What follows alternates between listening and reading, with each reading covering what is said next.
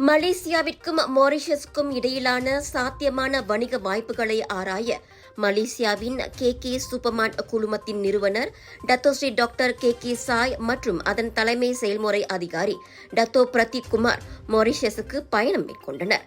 இவர்கள் தலைமையிலான Singapore, Thailand மற்றும் தென் ஆப்பிரிக்கா ஆகிய நாடுகளின் வணிக பிரதிநிதிகளும் மொரீஷியஸுக்கு பயணித்தனர். மலேசியாவின் அனைத்துலக வணிக ஒத்துழைப்பில் புதிய மைல்கல்லை குறிக்கும் இவர்களின் வருகையை மொரீஷியஸின் குடியரசுத் தலைவரான பிருத்விராஜ் சிங் ரூபன், மொரீஷியஸின் வர்த்தக சபையைச் சேர்ந்த பல்வேறு தரப்பினரும் நேரடியாக வரவேற்றனர்.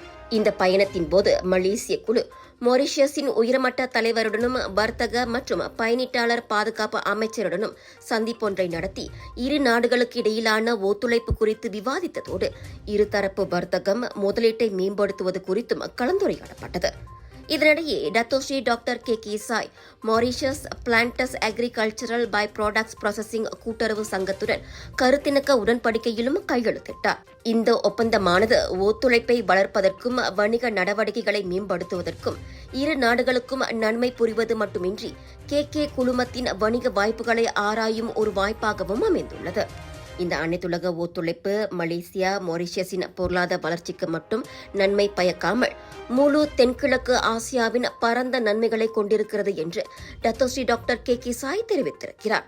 இந்நிலையில் மலேசியாவுக்கும் மொரீஷியஸுக்கும் இடையிலான வர்த்தக உறவு படிப்படியாக வளர்ந்து வருவதை கடந்த 2023 ஆண்டின் மொத்த வர்த்தகமான ஏறக்குறைய 1.35 பில்லியன் ரிங்கிட்டை எட்டியதன் வழி மிகவும் துல்லியமாக காண முடிகிறது.